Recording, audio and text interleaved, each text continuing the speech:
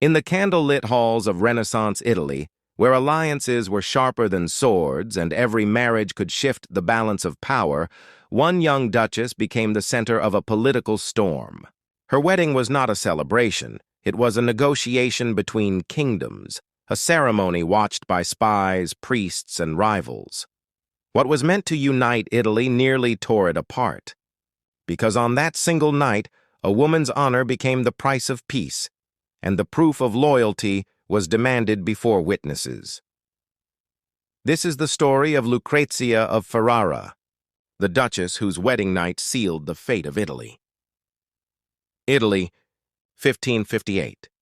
The Renaissance is at its height, a time of dazzling art, glittering courts, and ruthless ambition.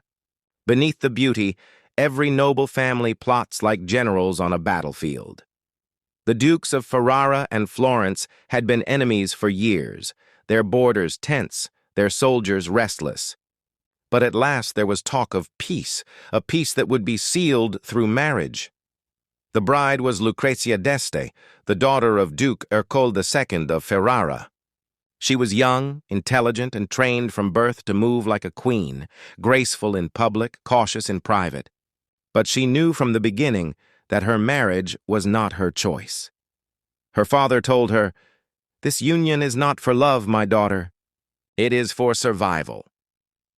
Her groom was Alfonso II d'Este, a powerful duke with ambitions stretching far beyond Ferrara's borders.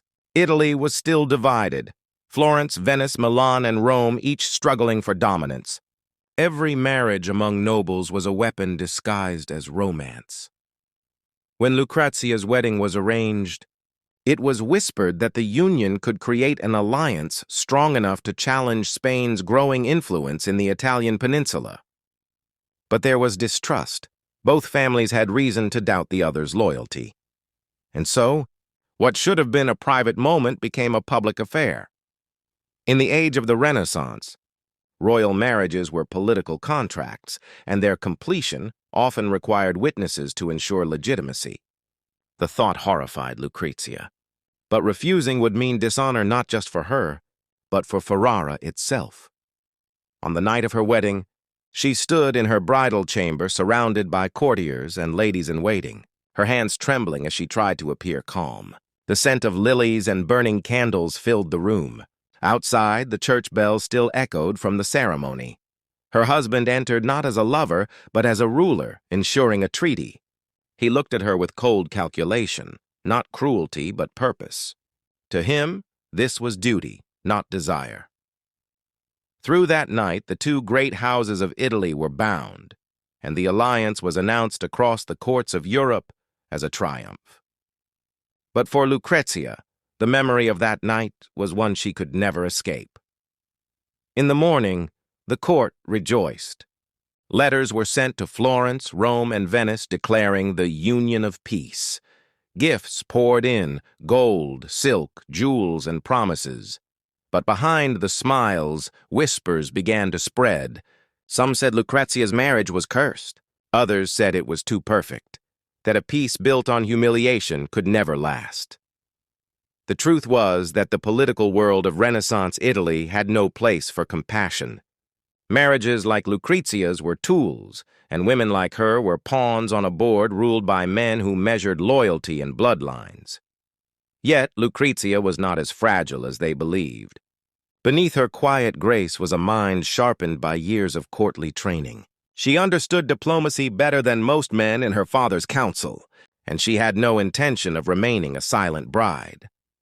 Over the months that followed, she began to navigate the intricate world of her husband's court. She listened more than she spoke, watched more than she acted. She learned who was loyal and who was not, who whispered lies in the dark halls, and who secretly plotted against Ferrara. Her husband Alfonso was respected but feared. He trusted no one, and yet, over time, he began to realize that Lucrezia was not a threat. She was an asset. Her charm disarmed his enemies, and her intelligence softened his temper. Soon, ambassadors from Florence and Milan requested audiences with her directly, knowing she could influence the Duke's decisions. One ambassador described her in a letter to his king. The Duchess speaks little, but when she does, she commands the room. Her eyes betray neither joy nor sorrow, only purpose. But power always comes with risk.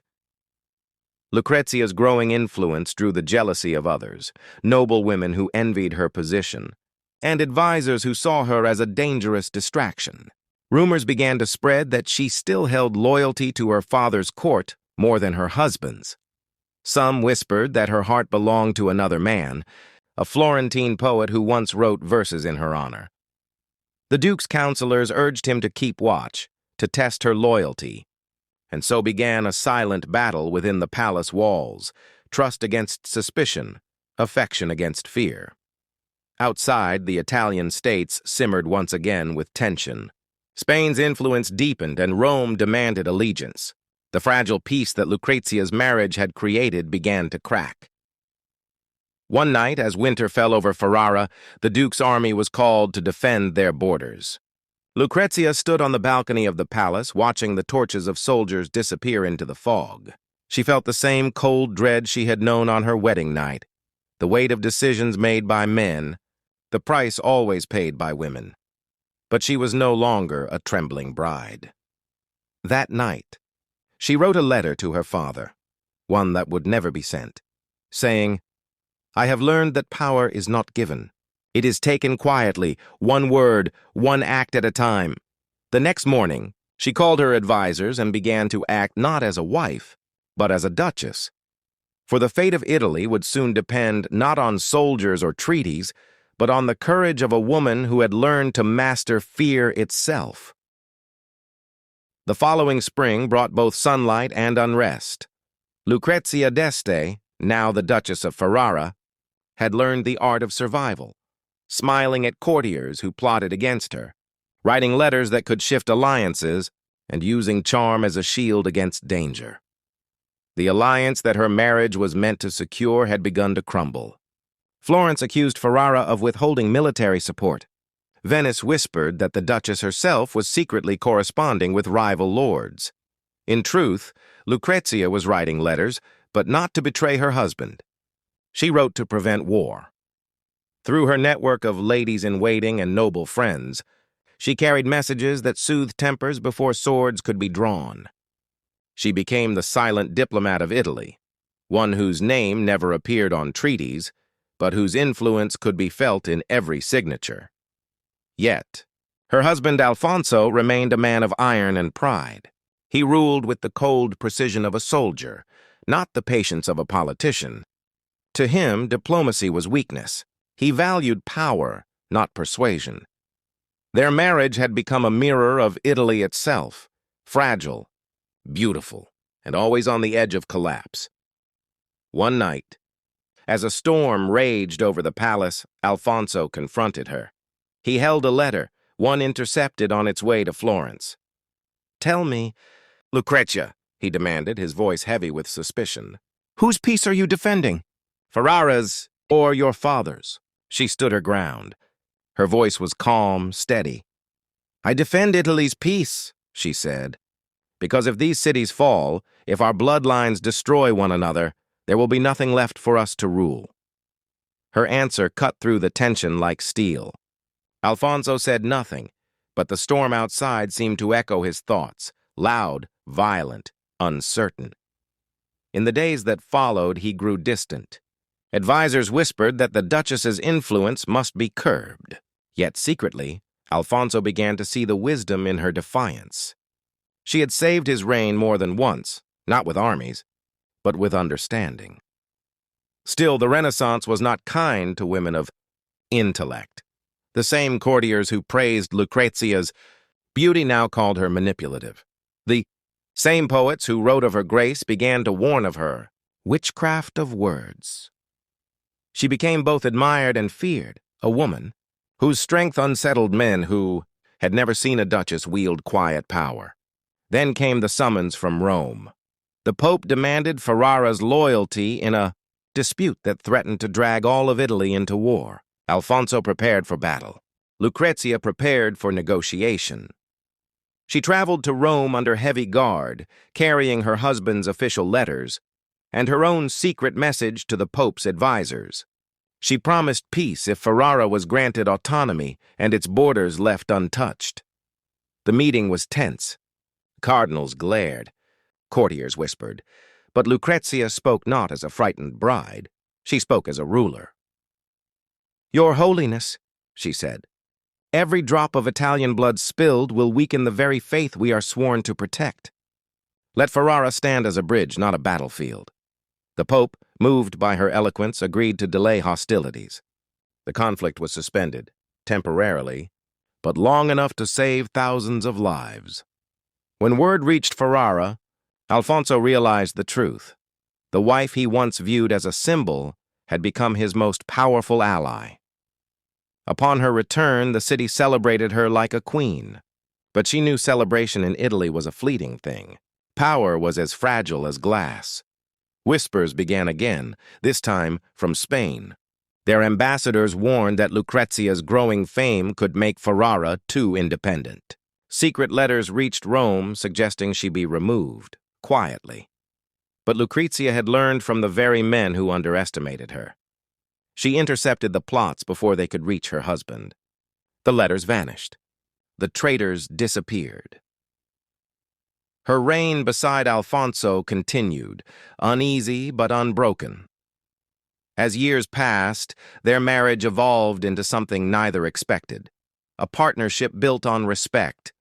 The two shared power in silence, presenting a united front to the outside world, even when divided within. Lucrezia became known throughout Europe as the Silent Duchess, a woman whose words carried more weight than swords. Ambassadors sought her counsel. Poets praised her intellect. Even her enemies admitted she had the mind of a statesman. And yet, she carried the memory of her first night not as pain, but as transformation. That night had turned her from a girl into a symbol, from a pawn into a queen of her own making. When Alfonso died years later, the court expected Lucrezia to retire to a convent as tradition demanded. Instead, she did something no woman of her rank had dared before. She took control of the regency. She ruled Ferrara in her own name until the succession was secured. Her letters to Florence and Rome still survive, revealing a sharp political strategist and a visionary leader.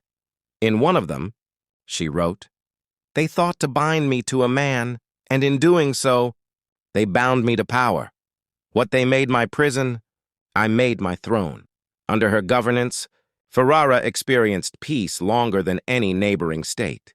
Trade flourished, the arts revived, and though history seldom speaks her name, those who knew her called her the Duchess who saved Italy from herself.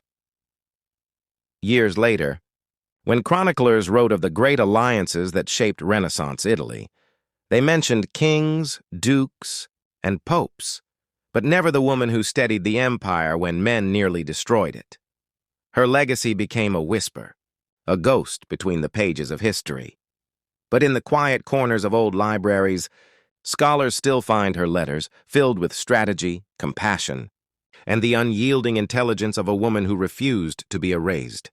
And so, the story of Lucrezia d'Este lives on, the Duchess whose wedding night decided the fate of Italy, and whose courage turned duty into destiny. Because in the end, history remembers kings for their wars. But it is women like her who win peace in silence.